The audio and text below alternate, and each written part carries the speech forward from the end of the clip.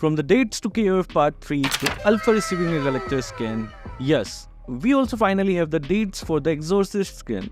Patch 1.8.74 is here and it has brought a load of things. Hi guys, Kazuki here, and in this video we are going to be taking a look into patch note 1.8.74. Before we jump into today's video, quick thing I got to say. You have seen us work round the clock to bring you the latest on Mobile Legends, right? Skipping meals and sleep to deliver updates, but I noticed something. 64% of you watching aren't subscribed. No biggie, but hitting that subscribe button really supports us, and it's good for you too. By hitting subscribe, you won't miss out on anything. Like when there's a new patch notes or updates in the middle of the night, even if we are dead tired from working all day, we still stay up to get that info out to you first thing. We edit it, make it look nice, and boom, it's in your hands before anyone else's. So if you love Mobile Legends and don't want to miss out, smash that subscribe button. Let's keep rocking this together. Let's start with hero adjustments. Juzin sees another nerf. Her skill 1 now slows enemies and boosts her speed by 25%, down from 40%. Skill 2's base damage scales from 70 to 145, reduced from 170, and its extra damage is significantly nerfed to 210 to 435, with the magic power bonus dropping to 90% from 140%. Her ultimate's cooldown increases dramatically 260 to 50 seconds from 40 to 30 seconds, and it no longer enhances her movement speed. Lunox gets a buff, with her passive now providing greater magic penetration, though at a reduction in spell vamp conversion from 100 to 50%. Skill 2's base damage is increased in the early game by 50. And her ultimate in order form now grants a 30% movement speed boost. Are we going to see Jungle Lunox in meta again? Let me know in the comment section. Minotaur is being nerfed with his skill 2 HP regen in an enraged state, now fixed at 200 to 450 plus 100% of total magic power when hit by enemy's hero basic attacks, moving away from a percentage of damage taken. His ultimate first 2 smashes will now only slow by 40% down from 70%. Joe Head is getting adjusted. The skill 2 now provides a larger base shield of 375 to 1000, up from 250 to 600, though the physical attack bonus has been reduced to 100% from 180%, balancing his defensive and offensive capabilities. Hayabusa is buffed to synergize better with the purple buff adjustments. The energy cost for his skill 2 and his ultimate has been removed, focusing his energy uses on skill 1. Haya will now be a lot easier to play. Claude is getting a nerf. Both his passive and skill 2's physical damage bonus are decreased to 20% to 30%, with the portion of attack effects inherited also down to 20% from 30%. Carrie is also getting nerfed. Her mobility takes a hit with her skill 2 cooldown now ranging from 4.5 to 3.5 seconds, increasing the minimum cooldown time. But worry not means Mia is getting buffed. Without blinking skills, she is food to the enemy, so the developers decided to increase her threat range with a basic attack range enhanced to 4.8 from 4.6.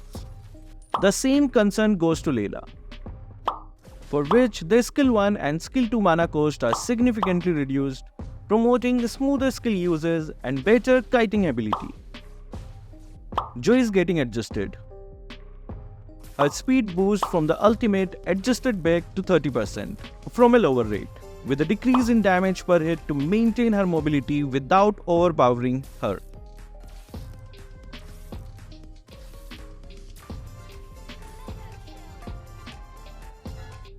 Harith's second skill sees a nerf with a shield decreasing to 220 to 370 plus 170% of the total magic power.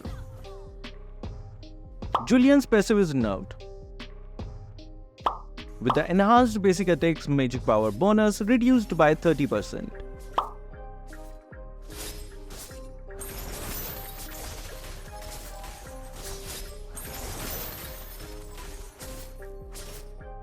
Chip is gonna enjoy more chips.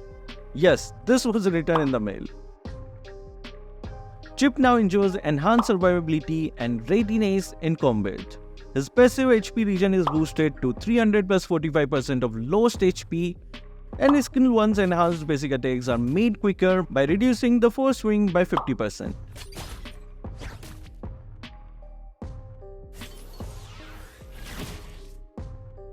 Bakshya sees his defenses weakened with physical defense growth reduced to 5.8 from 7.3 and magic defense growth cut to 2.5 from 4. Carmilla receives a buff. Her ultimate slow effect on linked enemies increased by 15%. Carmilla's ultimate now significantly hamper enemy movement, enhancing her ability to control enemy positioning and making it harder for enemies to escape. Gushan receives buff. His skill 1 mana cost is reduced by 20% in the early and late game. The mana cost of his second skill is also reduced by 5 in the early game and 20 in the late game.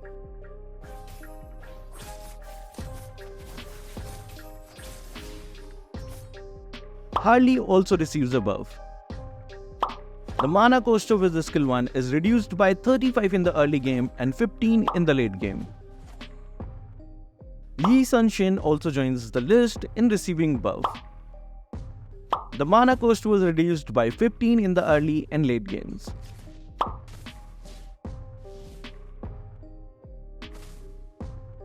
Selena also receives a mana cost buff.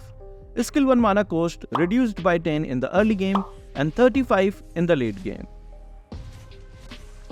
Her skill 2's mana cost is reduced by 20 in the early game and 30 in the late game.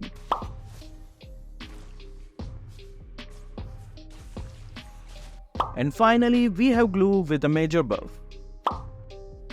Skill 1 receives a big buff. Now touching the goo restores 6% of maximum HP, but only if it explodes and hits a nearby hero. The mana cost of the skill is also reduced by 15 in the early game and 10 in the late game. Now let's move on to the Battlefield adjustments. The Sky Piercer is being temporarily removed. The developer says it will be online once it has received a few adjustments. Close Pursuit now has received a pursuit distance increase. Melee heroes range is increased by 4 and ranged heroes range by 3. A bug where the duration of Lunox's ultimate duration was different from what it was stated was fixed. Moving to weekly free heroes. Weekly free heroes for the 5th of April till the 12th of April are as follows. The extra free heroes for Starlight members are as follows. Now let's move on to surveys. First, we have the newly revamped surveys for Alucard's Legend skin. Here is how the old design looked. First off, his armor got a serious makeover. Say goodbye to the old blue essence because now we have got this awesome purple vibe going on. It's like he went from casual to super stylish in no time. Check out his right arm. It's like the armor leveled up big time. It's all fancy and intricate, making him look even more badass. And speaking of badass, the purple energy radiating from his left hand and weapon, the total game changer. It's vibrant, it's powerful, and it's giving off some serious don't mess with me vibe. Next, let's check out the epic skin surveys of Khufra. The first design is called Colorful Nightmare Earl, and he definitely looks like a clown from your nightmares. From the cheeky smile on his face to the cosmic threads on his hands, this design is creative and if chosen will be very unique. So we all can only hope that this one is going to win. The next design is called DNA Mecha Warrior, and this too is a very unique design. We can see Khufra wearing a cyborg armor that gives out serious vibes. His eyes just remind me of supervillain and the DNA threads are just downright creepy. And what's that on his head? He just looks like an alien with it. The next design is called Life and Death Book Underworld Lord. This design is just so awesome. He rocks 2 demons on his shoulders and his hands don't look bouncy anymore. His outfit does remind me of dictators. I mean, the black and red just look awesome.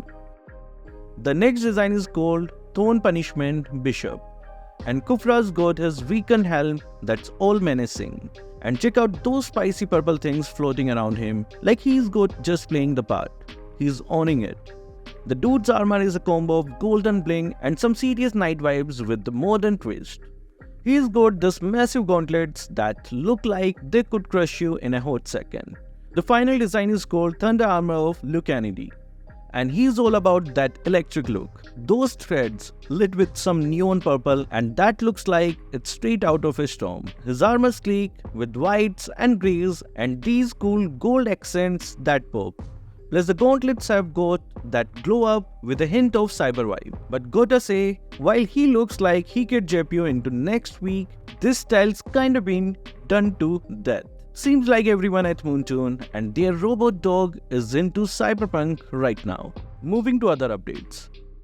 Moscow's All-Star skin is coming on the 6th of April and I'm pretty sure you want to get this skin as cheaply as possible without missing out on the golden tag with a very small number on it.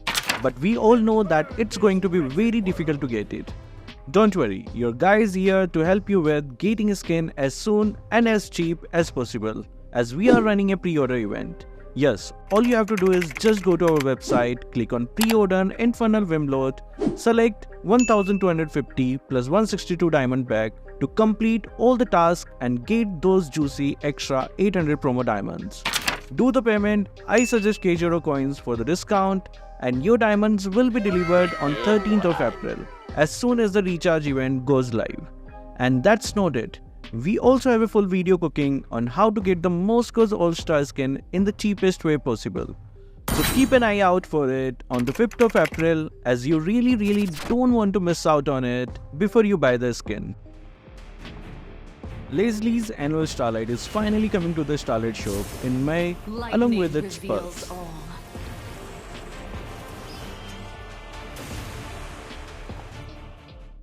Nolan's Fashion Mogul is going to be the Starlight skin for the month of May.